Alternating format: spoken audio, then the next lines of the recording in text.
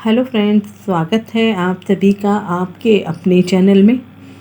किसी भी इंसान का जीवन रोटी, कपड़ा और मकान, इन सभी चीज़ों के सहयोग से चलता है और इन्हीं चीज़ों के लिए इंसान दिन रात मेहनत करता है। इन्हीं तीन चीज़ों पर इंसान का भूत, भविष्य और वर्तमान निर्भर होता है। जैसे जिसके कुंडली में योग होते हैं, व्यक्ति वैसा ही जीवन निर्वाह करता है। कई बार व्यक्ति बहुत मेहनत करने के बाद भी वो मुकाम हासिल नहीं कर पाता जो वो डिज़र्व करता है, और इसी उलझन के साथ उसकी ज़िंदगी आगे चलती रहती है और वो अपनी मेहनत करता रहता है, यानी आमदनी अठन्नी और खर्चा रुपया। ऐसे में वो सोचने लग जाता है कि मेरी किस्मत ऐसी क्यों है, या मेरी किस्मत में ऐसा क्या है जो इतनी मेहनत के बाद भी मुझे पूरा फल नहीं मिलता। देखिए, अगर भगवान ने जन्म दिया है तो किस्मत भी लिखी है, और कहते हैं ना, भगवान सबको एक ही तरह से अपनी ब्लेसिंग देते हैं। कहने का अर्थ है, कुछ लोग अपने समय और अपने माइंड का इस्तेमाल सही समय और सही दिशा में करते हैं और सभी बातों की इम्पोर्टेंस को समझते हैं, इसलिए वो अपने जीवन में बहुत कुछ समय पर हासिल कर लेते हैं और कुछ किस्मत पर अपने आप को छोड़ देते हैं। जो होगा देखा जाएगा। यहीं पर वो अपने जीवन की सबसे बड़ी गलती करते हैं। धन, ऐश्वर्य और तरक्की आपकी किस्मत के साथ साथ आपके कर्मों पर भी निर्भर करती है। इसीलिए आपकी कुंडली के सभी धन योग एक्टिव होने भी बहुत ज़रूरी है। हमारी जन्म कुंडली में बहुत सारे धन योग होते हैं जो अलग अलग तरीके से बनते हैं और अलग अलग तरीके से फल देते हैं, और इसीलिए हमारी कुंडली में 4 त्रिकोण भाव होते हैं। जैसे धर्म त्रिकोण, जो आपको धर्म से रिलेटेड बातों को समझने में मदद करते हैं। काम त्रिकोण, जो मैटेरियलिस्टिक लाइफ से जुड़ी चीज़ों को समझने में मदद करते हैं। मोक्ष त्रिकोण, जो मैटेरियलिस्टिक लाइफ से जुड़ी जितनी भी चीज़ें हैं उन्हें किस तरीके से यूज करें, और जब ज़रूरत ना हो तो उनसे किस तरीके से दूरी बनाएं। इसी तरह अर्थ त्रिकोण भी हमारी कुंडली में बहुत इम्पॉर्टेंट होता है, जो हमारे जीवन में धन से जुड़ी चीज़ों के प्रति आकर्षण देता है। धन कैसे और कितना होगा, कहाँ से आएगा, कैसे जुड़ेगा, इन सभी चीज़ों के बारे में बताता है। इस तरह धर्म, अर्थ, काम और मोक्ष, ये त्रिकोण कुंडली की आध्यात्मिक स्पाइन बनते हैं, जिनमें से हर एक अपने यूनिक सिग्निफिकेंस और पर्पस से इम्ब्यूड होते हैं। इनसे पेंटेड होते हैं, यानी कि रंगे हुए होते हैं। इन त्रिकोणों को समझने से कुंडली में हर घरों के पीछे के अर्थ की गहराइयों का पता चलता है, जो इंसान के जीवन में इम्पॉर्टेंस रखते हैं। तो आज इस वीडियो में हम जीवन से जुड़ी धन संबंधित ज्योतिष के विषय पर बात करने वाले हैं। सबसे पहले ये समझते हैं कि अर्थ का मतलब क्या होता है। True sense of life, concern और डिज़ायर्स, ये सभी जो भी बातें हैं वो कहीं ना कहीं आपके जीवन में अर्थ त्रिकोणों से जुड़ी हुई होती हैं, यानी कि 2nd हाउस, 6th हाउस और 10th हाउस। इन तीनों भावों में से किसी भी भाव से आप अपने फाइनेंस से जुड़ी चीज़ों को देख सकते हैं। अर्थ त्रिकोण में 2nd हाउस, 6th हाउस और 10th हाउस होते हैं, जो हम सभी के जीवन में बहुत ज़्यादा ज़रूरी होते हैं। ये सभी भाव, ये सभी राशियाँ एक दूसरे से जुड़े हुए होते हैं। 2nd हाउस जहाँ आपको परिवार का सुख देता है, आपका धन कितना होगा इसके बारे में बताता है, यानी आपकी सेविंग कितनी है।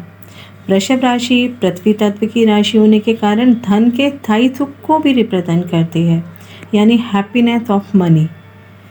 कन्या राशि यानी कि 6th हाउस आपके जीवन में चुनौतियों को और दैनिक जीवन को रिप्रेजेंट करता है, जबकि 10th हाउस आपकी प्रोफेशनल एक्टिविटी को रिप्रेजेंट करता है।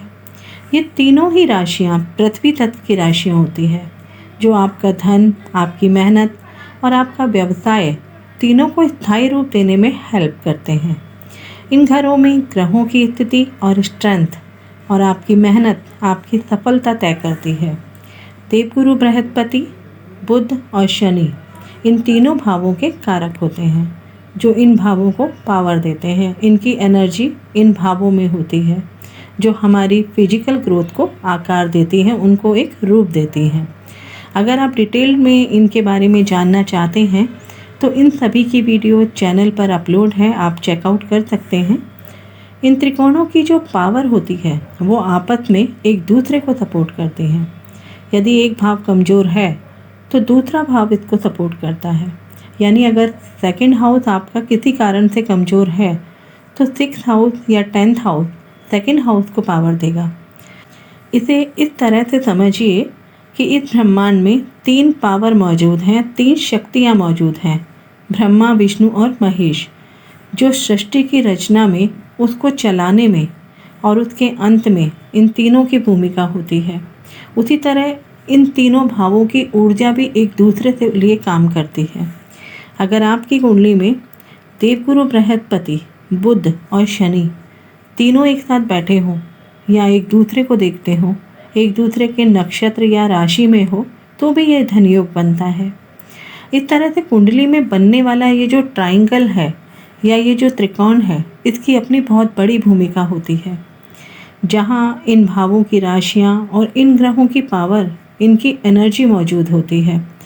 सेकंड हाउस बताता है कि आपका संचित धन, आपकी सेविंग कितनी है। अगर आपका सेकंड हाउस या उसका लॉर्ड कमज़ोर है और आपके पास धन आता तो है लेकिन आपकी सेविंग नहीं है, आप उस धन को बचा नहीं पाते हो, तो आप उस भाव की एनर्जी को स्ट्रॉन्ग करने के लिए देवगुरु बृहस्पति के उपाय कर सकते हैं, जिससे आपके सेकंड हाउस की जो पावर है, उसकी जो स्ट्रेंथ है, वो खुद ब खुद बढ़ने लगेगी। वैसे तो नैसर्गिक रूप से अगर देखा जाए तो सेकंड हाउस वीनस की वृषभ राशि का होता है और वो भी धन से, आपके जीवन के ऐश्वर्य से जुड़ा हुआ होता है, आपके भोजन से जुड़ा हुआ होता है, आपके ट्रेजर से जुड़ा है, आपके खजाने से जुड़ा है। यानी जो भी वृषभ राशि और वीनस के कारकत्वाद होते हैं वो हम सेकंड हाउस से देखते हैं। पुराने समय में धन कमाने का जो जिम्मा होता था वो केवल घर के पुरुष सदस्यों को ही होता था, जिसे देवगुरु बृहस्पति के रूप में देखा जाता था। और घर में धन को किस तरह से संचय किया जाए, ये देखना घर की महिला सदस्यों का जिम्मा होता था। आज की तरह उस समय फीमेल घर से बाहर जा कर के अर्न नहीं करती थी, बल्कि वो घर में रह कर के धन संचय के साथ साथ वीनस के कारकत्वों को भी किया करती थी, जो भी सेकंड हाउस और वीनस से रिलेटेड होते हैं, जैसे घर की साज सज्जा, बनना संवरना या फिर भोजन बनाना, घर में जो भी मेहमान आते थे उनकी देख रेख करना। इसलिए इस भाव को एक्टिवेट करने के लिए, घर का खर्चा चलाने के लिए पुरुषों पर ज़्यादा प्रेशर होता था। इसीलिए देवगुरु बृहस्पति को यानी जुपिटर को ये अधिकार मिले हुए थे। तो हम ये कह सकते हैं कि जुपिटर की पावर एक सपोर्टर के रूप में इस भाव में मौजूद होती है। जब हम इसकी पावर को समझेंगे तो वीनस की पावर ऑटोमेटिकली एक्टिव हो जाती है। जैसे आज पुरुषों के साथ महिलाएं भी घर से बाहर जाकर के अर्न करती हैं और घर के पुरुष सदस्यों का साथ देती हैं। तो यहाँ हम जुपिटर की पावर के अनुसार जुपिटर के उपाय करेंगे। अब सवाल आता है कि धन तो तब जुड़ेगा जब आएगा, यानी धन की निरंतरता भी उतनी ही ज़रूरी है धन की सेविंग में। और आपका 6th हाउस या उसका लॉर्ड अगर कमज़ोर है तो आप मरकरी की यानी बुध के उपाय करके अपने 6th हाउस की पावर को बढ़ा सकते हैं, जिससे आपके पास धन की निरंतरता बनी रहे, धन की जो कंटिन्यूटी है वो बनी रहे। वहीं अगर हम बात करें कि धन की निरंतरता भी तो तभी रहेगी जब आपके पास कोई काम होगा, कोई व्यवसाय होगा, कोई जॉब होगी या फिर कोई बिजनेस होगा, तभी तो आपके पास धन आता रहेगा।